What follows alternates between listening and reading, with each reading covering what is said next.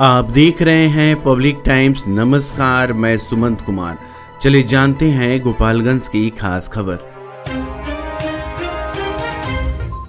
Madhopur OP थाना क्षेत्र के पिपरा गांव में जमीन का नापी कराने गई पुलिस टीम पर एक पक्ष की महिलाओं के द्वारा पुलिस टीम पर मिर्ची पाउडर से हमला कर दी गई।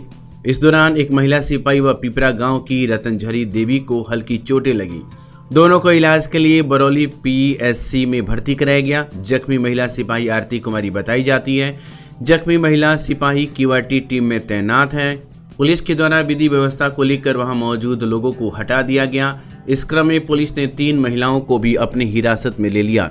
घटना के संबंध में बताया जा रहा है कि माधोपुर ओपी थाना क्षेत्र के पिपरा गांव में से 2 पक्षों में जमीन विवाद चल रहा था।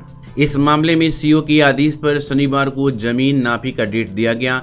विधि व्यवस्था को लेकर माधोपुर ओपी थाना अध्यक्ष विनीत विनायक अपने दलबल के साथ वहां मौजूद थे।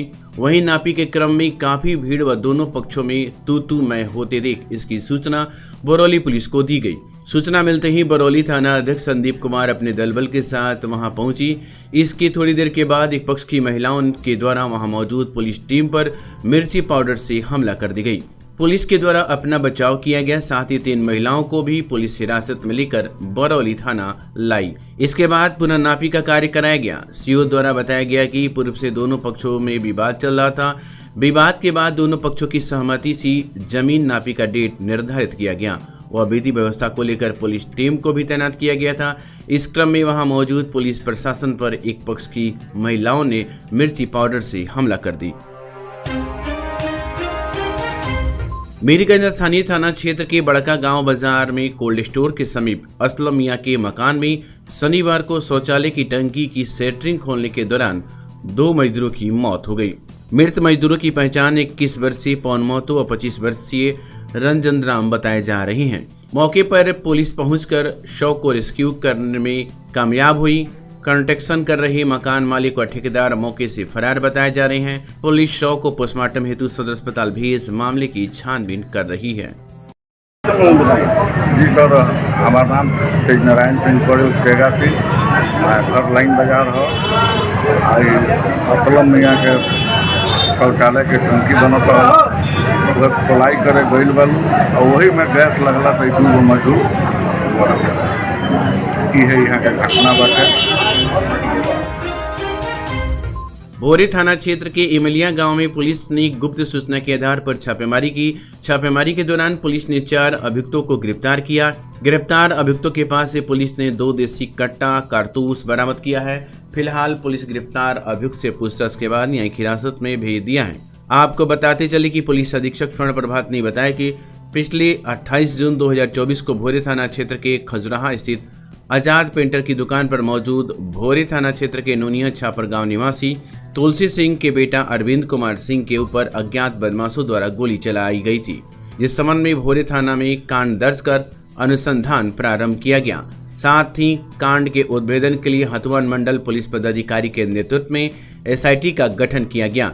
गठित टीम द्वारा तकनीकी व मानवीय सूचना के आधार पर कांड में शामिल शूटर नागेंद्र यादव एवं लाइनर झूना मिश्रा उर्फ परितोष मिश्रा, शंभू पांडे एवं उमाशंकर गुप्ता को 2 देसी कट्टा, 4 जिंदा कारतूस एवं स्कॉर्पियो के साथ इमलिया से गिरफ्तार किया गया। जबकि अन्य अभियुक्तों की गिरफ्तारी के लिए पुलिस लगातार छापेमारी कर रही है।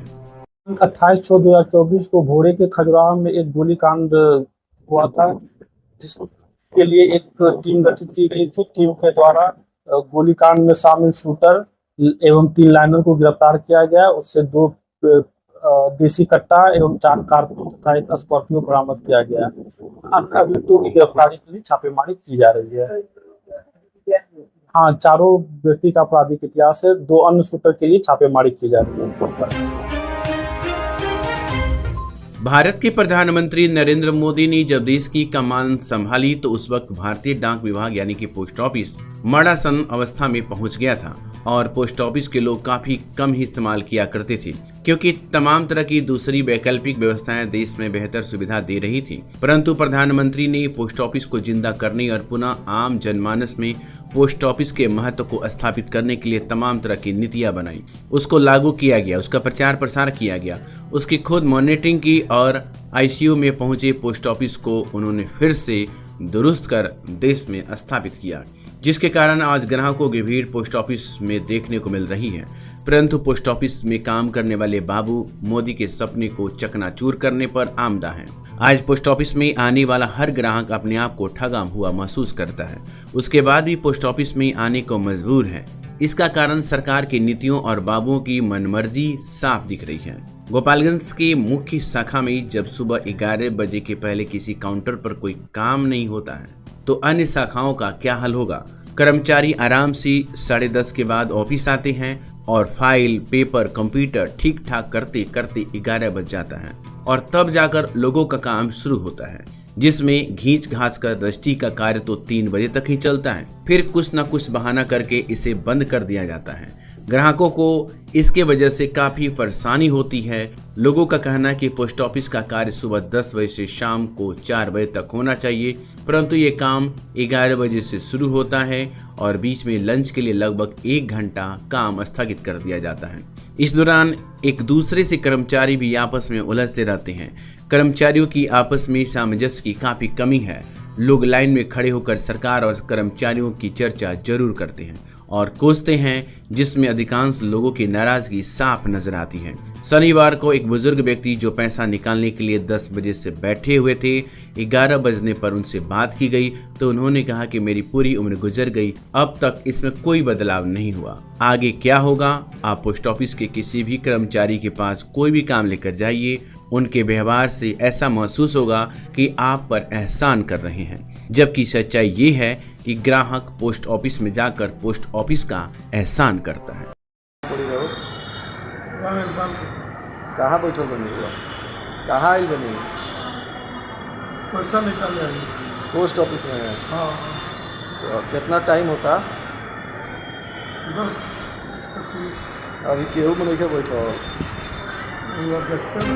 स्वास्थ्य के प्रति आपकी चिंता अब खत्म हुई। लखनऊ KGMU के मशहूर डॉक्टर इमरान हुसैन खान, हड्डी, नस, जोड़, रीढ़ की हड्डी, स्पाइन रोग स्पेशलिस्ट। नवीन तकनीक से घुटने और कुल्हे का जॉइंट रिप्लेसमेंट और दूरबीन विधि से ऑपरेशन। एक्सीडेंटल मरीजों के लिए त्वरित इलाज।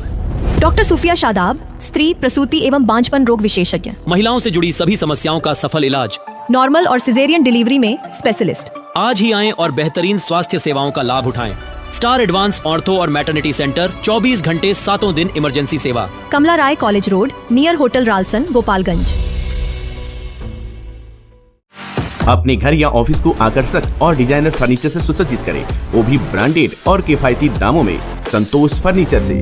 जहां मिलते हैं सभी प्रकार के सोफा सेट, पलंग set, dining set, office table, chair, IMSR, Rudransh, POJ, Kohinoor, SSF, Eclipse brand के फर्नीचर, साथ ही सभी प्रकार के इलेक्ट्रॉनिक सामान के थोक खरीदारी के लिए अवश्य पधारें। संतोष फर्नीचर एवं Santosh electricals house, 8 college road, Bharat petrol pump के सामने, गोपालगंज।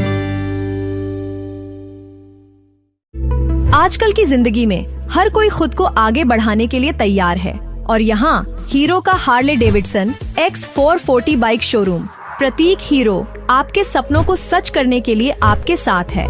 यहाँ आपको मिलेगा हार्ले डेविडसन X440 बाइक का विस्तृत रेंज, साथ में यहाँ आपको मिलेगा शानदार डील्स और ऑफर्स। तो आइए, जल्दी आइए और जुड़िए हीरो के हार्ले बाइक शोरूम के साथ और अपनी जिंदगी की नई यात्रा शुरू करें। प्रतीक hero, Gopalganj road, Tarwa, Siwan.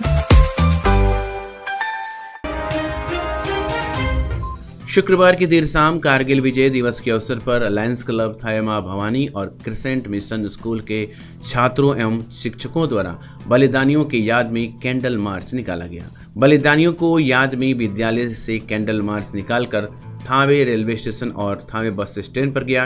Candle march के बाद 2 मिनट का प्रार्थना सभा भी आयोजित की गई।